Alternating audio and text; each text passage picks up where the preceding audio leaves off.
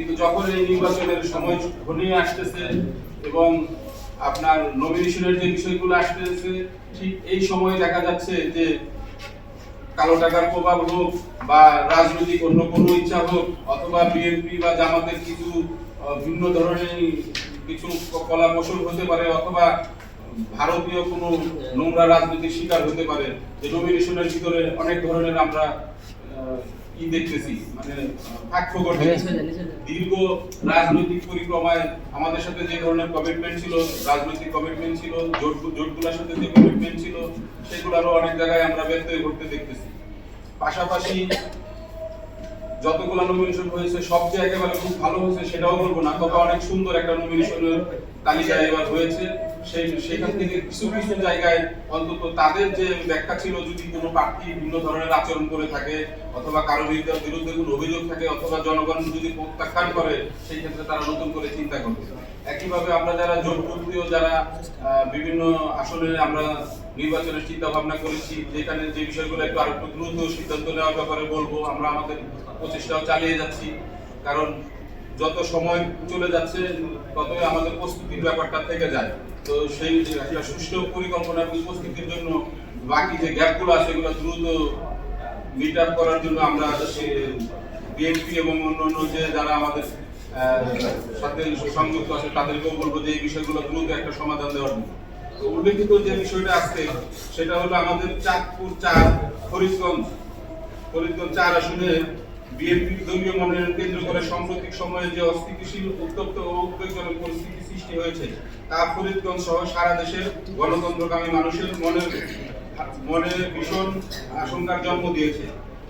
আমরা লক্ষ্য করেছি বঙ্গবন্ধু পরিষদের আজীবন সদস্যপ্রাপ্ত ও আওয়ামী লীগের ডেমি প্রার্থী হিসাবে অতীতে নির্বাচন করায় লায়ন হারুনুর রশিদ বিভিন্ন দোসর ক্যাডার ও বাহিনী ব্যবহার করে ফরিদগঞ্জে উত্তেজনা সৃষ্টি, বিশৃঙ্খলা উস্কে দেওয়া এবং জনগণের স্বাভাবিক জীবনযাত্রাকে ব্যাহত করছে। অপরদিকে বিএনপির অন্য মনোনীত প্রত্যাশী এম এ হান্নান তার অনুসারী সমর্থকদের সঙ্গে নিয়ে ভাঙচুর, সড়ক অবরোধ এমন কিছু কার্যকলাপে লিপ্ত হয়েছে, যার ফলে ফরিদগঞ্জের জনজীবন অচল, ব্যবসা বাণিজ্য ব্যাহত ও সাধারণ মানুষের চলাচল মারাত্মকভাবে ক্ষতিগ্রস্ত হয়েছে। এই ধরনের পরিস্থিতিতে ফরিদগঞ্জে শান্তি, ঐক্য ও রাজনৈতিক স্বচ্ছ এবং সামাজিক স্থিতিশীলতার জন্য অত্যন্ত ক্ষতিকর। ফরিদগঞ্জবাসী আজ বিভক্ত, আতঙ্কিত এবং রাজনৈতিক অস্থিতিশীলতায় জর্জরিত। এই রকম সংকটময় পরিস্থিতিতে ন্যাশনাল ডেমোক্রেটিক পার্টি এনডিপি মনে করে এখন ফরিদগঞ্জের উত্তপ্ত পরিস্থিতি স্বাভাবিক করতে হলে প্রয়োজন গ্রহণযোগ্য, পরিচ্ছন্ন ও জনগণ ভিত্তিক নেতৃত্ব। এই প্রেক্ষাপটে এনডিপি স্পষ্টভাবে বলতে চায়, ফরিদগঞ্জের শান্তি, স্থিতিশীলতা ও গণতান্ত্রিক পরিবেশ ফিরিয়ে আনতে একমাত্র উপযুক্ত ব্যক্তি হলো সাবেক সফল উপজেলার চেয়ারম্যান, বিএনপির ত্যাগী নেতা, 17 বছর ধরে হামলা মামলার শিকার হয়ে রাজপথে অটল থাকার জননেতা হাজী মোজাম্মেল। তিনি একজন পরিচ্ছন্ন ইমেজের রাজনীতিবিদ, কর্মী, নেতা ও সাধারণ মানুষের কাছে গ্রহণযোগ্য, দলের প্রতি নিবেদিত, পরীক্ষিত ও জনপ্রিয়। হাজী মোহাম্মদ মোজাম্মেলকে মনোনয়ন দিলে ফরিদগঞ্জের রাজনৈতিক উত্তেজনা দ্রুত প্রশমিত হবে, বিভক্ত পরিবেশ ঐক্য ফিরবে, সাধারণ মানুষের আস্থা ও সমর্থন ফিরবে, বিএনপি সাংগঠনিকভাবে শক্ত অবস্থায় নিয়ে নির্বাচনে অংশ নিতে পারবে, সর্বস্তরের মানুষের সাদরে গ্রহণ করবে।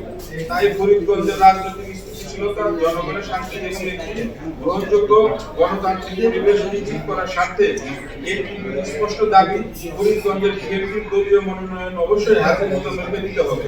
ইতিমধ্যে লায়ন হারুনুর রশিদ তার দলবল পাশাপাশি ছত্রবেশী আওয়ামী লীগের দালাল একত্রিত হয়ে অন্যদের নানানভাবে হুমকি দাবি করছে। তারা ক্ষমতায় আসার পর সবাইকে দেখে নেওয়ার হুমকি প্রদান করছে।